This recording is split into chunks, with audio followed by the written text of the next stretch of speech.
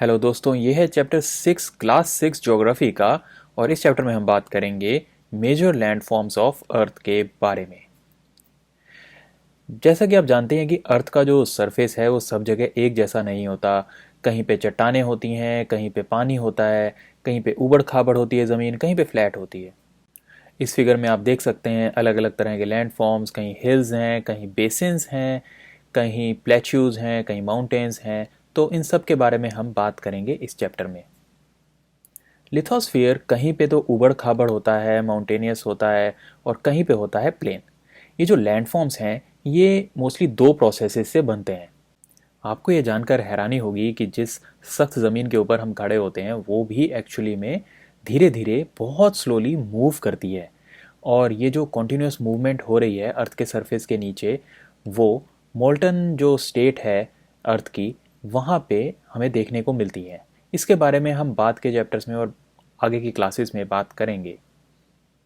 लेकिन जो दो बेसिक प्रोसेस है जिनके कारण ये लैंडफॉर्म्स बनते हैं, उसमें से पहली है इंटरनल प्रोसेस, जिसके कारण अपलिफ्टमेंट हो जाती है, उठ जाती है ज़मीन, और कई जगह ज़मीन बैठ जाती है। और दूसरी प्रोसेस है एक्सटर्नल प्रोसेस। एक्सटर्नल प्रोसेस होती है कि लगातार जो है ज़मीन घिसती है अलग अलग नेचर की फोर्सेस के कारण, और उसके कारण अलग अलग लैंडफॉर्म्स जो हैं वो बनते हैं। ये जो अर्थ के सरफेस का घिसना है इसे हम कहते हैं इरोजन। जो सरफेस है वो घिसा जाता है इरोजन की प्रोसेस के कारण, और सरफेस दोबारा भी बनता है डिपोजिशन की प्रोसेस के कारण। और ये जो इरोजन और डिपोजिशन है ये फोर्सेस हैं नेचर की जिनके कारण होते हैं। वो है मोस्टली रनिंग वाटर के कारण, आइस के कारण और विंड के कारण। मोटे तौर पे हम अलग अलग लैंडफॉर्म्स को क्लासिफाई कर सकते हैं डिपेंडिंग अपॉन उनकी ऊंचाई, एलिवेशन या फिर स्लोप के बेस पे। और ये कैटेगरीज क्या हैं? माउंटेन्स, प्लेट्यूज और प्लेन्स की। माउंटेन क्या होता है? माउंटेन जो है एक नेचुरल एलिवेशन या फिर ऊंचाई अर्थ के सरफेस की होती है जहाँ पे उसे हम माउंटेन कहते हैं। माउंटेन के अंदर बहुत सारी छोटी चोटियाँ हो सकती हैं और एक बहुत चौड़ा बेस हो सकता है। और ये जो है अपने आसपास के एरिए से बहुत ऊंचा होता है और हमें अलग ही नज़र आ जाता है। कुछ माउंटेन तो बादलों से ऊपर भी नज़र आते हैं, इतनी ऊंचाई होती है उनकी। जैसे जैसे हम ऊंचाई की ओर जाते हैं जो क्लाइमेट है वो ठंडा होता चला जाता है। कुछ माउंटेन्स में हमें परमानेंट फ्रोज़न नदियाँ होती हैं बर्फ़ की, वो देखने को मिलती हैं, और इन्हें हम कहते हैं ग्लेशियर्स।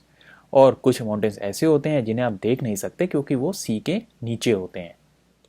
माउंटेन्स के ऊपर जो क्लाइमेट होता है वो इतना अच्छा नहीं होता, हार्श होता है इंसानों के रहने के लिए, इसलिए वहाँ पे कम लोग रहते हैं। और जो चढ़ाई होती है वो बहुत ही स्टीप होती है, खड़ी चढ़ाई होती है, इसलिए जो लैंड है वो भी अवेलेबल नहीं होती खेती बाड़ी के लिए। ये भी एक कारण है कि वहाँ कम लोग रहते हैं। माउंटेन जो है वो एक के बाद एक अरेंज होते हैं तो वो एक रेंज बनाते हैं जिसे हम माउंटेन रेंज कहते हैं। और कई बार ऐसी बहुत सारी पैरेलल रेंजेस भी होती हैं जो कि कई सैकड़ों किलोमीटर्स तक भी एक्सटेंड होती हैं। इनकी एग्जांपल्स हैं हिमालयाज़ जो कि एशिया में है, एल्प्स जो कि यूरोप में है, और एंडीज जो कि साउथ अमेरिका में है। माउंटेन भी अलग अलग तरह के होते हैं क्योंकि उनकी ऊंचाई भी अलग अलग तरह की होती है, उनकी शेप अलग अलग तरह की होती हैं। लेकिन तीन बेसिक टाइप ऑफ माउंटेन्स वो हैं फोल्ड माउंटेन, ब्लॉक माउंटेन और वॉल्केनिक माउंटेन्स। हिमालय के जो माउंटेन हैं और जो एल्प्स हैं वो यंग फोल्ड माउंटेन्स हैं, वो इतने पुराने नहीं हैं अगर हम कंपेयर करें कुछ और माउंटेन्स से। इनकी जो रिलीफ है वो बहुत ही ऊबड़ खाबड़ है, और इनकी जो पीक्स होती हैं, चोटियाँ होती हैं, वो बहुत ही कॉनिकल होती हैं। अरावली रेंज जो है इंडिया के अंदर, वो एक बहुत ही पुरानी जो है फोल्ड माउंटेन की रेंज है। और ये क्योंकि समय के साथ घिसती चली गई इसलिए आज आपको इसकी ऊंचाई इतनी नज़र नहीं आती। एपेलेचियन जो है नॉर्थ अमेरिका के अंदर और यूरल माउंटेन जो है रशिया के अंदर, इनके राउंडेड फीचर्स हैं और इनकी ऊंचाई बहुत ज़्यादा नहीं है। ये भी बहुत ही पुराने ओल्ड फोल्ड माउंटेन्स हैं अरावली की तरह ही। अब ये ब्लॉक माउंटेन्स बनते कैसे हैं? ये बनते हैं जब बहुत बड़ा एरिया जो है वो टूट जाए और डिस्प्लेस हो जाए।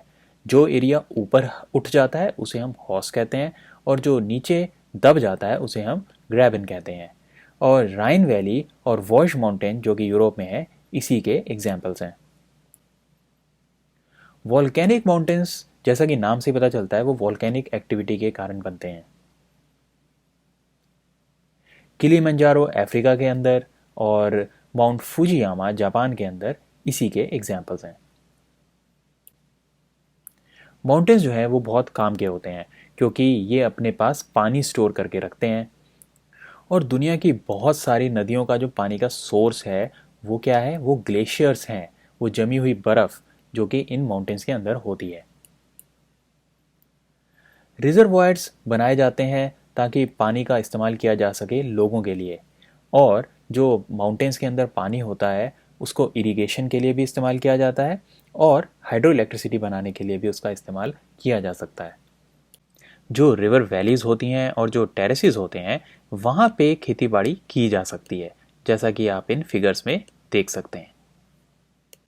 माउंटेन्स के अंदर हमें बहुत ही रिच वैरायटी देखने को मिलती है फ्लोरा और फौना की, यानी कि पेड़ पौधे और दूसरे जीव जंतु यहाँ पे बहुत ही अलग अलग तरह के पाए जाते हैं।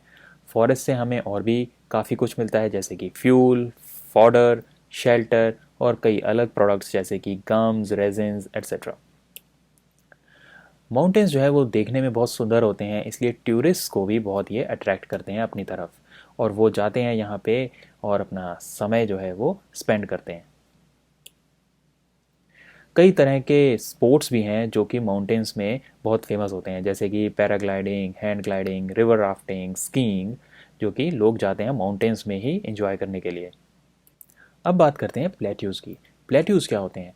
प्लेट्यूज़ होती है उठी हुई फ्लैट ज़मीन, जैसे कि आप इस फिगर में देख सकते हैं। यहाँ की ज़मीन जो है वो नीचे है और ये एक फ्लैट सरफेस है जो कि उठा हुआ है, तो ये एक प्लेट्यू है। और जो प्लेट्यू होती है उसकी एक या उससे अधिक साइड्स हो सकती हैं, और जो चढ़ाई होती है वो काफ़ी खड़ी ही होती है। जो हाइट है प्लेट्यूज़ की वो वेरी कर सकती है, कुछ 100 मीटर्स से 1000 मीटर्स तक। प्लेट्यूज़ जो हैं ये भी माउंटेन्स की तरह यंग भी हो सकते हैं और पुराने या ओल्ड भी हो सकते हैं। डेक्कन प्लेट्यू जो आप ये इंडिया के बीच में देखते हैं, ये सबसे पुराने प्लेट्यूज़ में से है। ईस्ट अफ्रीकन प्लेट्यू जो कि कीनिया, तंजानिया, युगांडा में है, और वेस्टर्न प्लेट्यू जो कि ऑस्ट्रेलिया में है, ये भी प्लेट्यूज़ के अच्छे एग्जाम्पल्स हैं।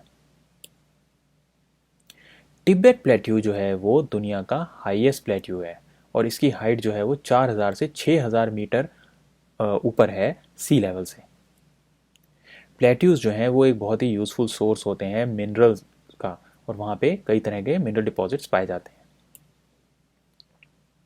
और इस कारण प्लेट्यूज़ इंपॉर्टेंट एरिया होते हैं माइनिंग के लिए। तो दुनिया की कई बहुत इंपॉर्टेंट माइंस जो हैं वो प्लेट्यूज़ में ही लोकेटेड हैं। अफ्रीकन प्लेट्यू जो है वो फेमस है अपनी गोल्ड और डायमंड माइनिंग के लिए, और इंडिया के अंदर आयरन, कोल, मैंगनीज पाया जाता है कहाँ पे? छोटा नागपुर प्लेट्यू में, जैसा आप यहाँ देख सकते हैं। प्लेट्यूज़ में वाटरफॉल्स भी बहुत सारे देखने को मिलते हैं, क्योंकि ज़मीन उठी हुई होती है तो पानी ऊपर से गिरता है। इंडिया में हुंड्रू फॉल्स जो कि छोटा नागपुर प्लेट्यू में है, सुबर्णरेखा नदी के ऊपर, और जॉग फॉल्स जो कि कर्नाटका में है, ऐसे ही वाटरफॉल्स के एग्जाम्पल्स हैं। लावा प्लेट्यू जो होते हैं वो ब्लैक सॉयल उनमें पाया जाता है, और वो काफ़ी फर्टाइल और अच्छे होते हैं खेतीबाड़ी के लिए। कुछ प्लेट्यू बहुत ही सुंदर भी होते हैं, और ये भी टूरिस्ट को अट्रैक्ट करते हैं अपनी तरफ। अब बात करते हैं प्लेन्स की। प्लेन्स जो हैं वो बहुत बड़ी लैंड होती है, एकदम फ्लैट लैंड होती है, और ये ज़्यादातर 200 मीटर से ज़्यादा ऊंचाई पे आपको नहीं मिलते सी लेवल से, तो इनकी ऊंचाई कम होती है। कुछ प्लेन तो बिल्कुल लेवल होते हैं, और कुछ थोड़े से रोलिंग या फिर ऊबड़ खाबड़ भी हो सकते हैं, लेकिन जो ज़्यादातर जो प्लेन्स हैं वो बनते हैं रिवर्स और उनकी ट्रिब्यूटरीज के कारण। जब नदी बहती है, माउंटेन से नीचे आती है, तो वो उस माउंटेन को घिसती है, वहाँ की लैंड को घिसती है, और अपने साथ जो मटेरियल है उसको आगे लेके जाती है। फिर ये मटेरियल को नीचे जाके जमा कर देती है। ये मटेरियल होता है स्टोन, सैंड, सिल्ट की फॉर्म में, अपनी वैलीज़ में जाके जमा कर देती है, और इन्हीं डिपॉजिट से बनते हैं हमारे प्लेन्स। प्लेन्स जो होते हैं वो नॉर्मली काफ़ी फर्टाइल होते हैं और यहाँ पे ट्रांसपोर्ट नेटवर्क बनाना इसलिए काफ़ी आसान होता है। प्लेन्स जो होते हैं वो वहाँ पे पॉपुलेशन ज़्यादा मिलती है एज़ कम्पेयर टू बाकी लैंडफॉर्म्स के। कुछ सबसे बड़े प्लेन्स जो हैं दुनिया के वो रिवर से बनाए गए हैं और वो एशिया और नॉर्थ अमेरिका में हमें देखने को मिलते हैं। जैसे कि एशिया में जो ये प्लेन बने हैं वो बने हैं गंगा ब्रह्मपुत्रा इंडिया में और यांगजे जो चाइना में है उसके कारण। प्लेन्स जो है होते हैं वो इंसानों के रहने के लिए बहुत इंपॉर्टेंट होते हैं। यहाँ पे लोगों की कॉन्सेंट्रेशन ज़्यादा पाई जाती है, पॉपुलेशन ज़्यादा होती है क्योंकि यहाँ पे ज़मीन जो होती है वो फ्लैट होती है और घर बनाना आसान होता है, खेती बाड़ी भी आसान होती है। क्योंकि सॉयल भी फर्टाइल होता है इसलिए भी खेती बाड़ी करना फ़ायदेमंद रहता है। इंडिया के अंदर जो इंडो गैंगेटिक प्लेन है ये काफ़ी डेंसली पॉपुलेटेड एरिया है हमारे देश का। अब बात करते हैं लैंडफॉर्म्स और पीपल के बारे में कि इंसानों के साथ लैंडफॉर्म्स का क्या रिलेशनशिप है। ह्यूमंस जो हैं वो अलग अलग तरह के लैंडफॉर्म्स में अलग अलग तरह से अपने जीवन को ढाल लेते हैं। जो माउंटेन्स होते हैं वहाँ पे ज़िंदगी इतनी आसान नहीं होती। प्लेन्स में ज़िंदगी थोड़ी सी कंपैरेटिवली आसान होती है क्योंकि वहाँ पे सब्जियाँ उगाना, घर बनाना, रोड्स बनाना आसान होता है माउंटेन्स के मुकाबले। कई बार नेचुरल कैलेमिटीज़ जैसे कि earthquake, volcanic eruption, storms, floods, इनके कारण काफ़ी डिस्ट्रक्शन होता है, इंसानी ज़िंदगी का भी और प्रॉपर्टी का भी।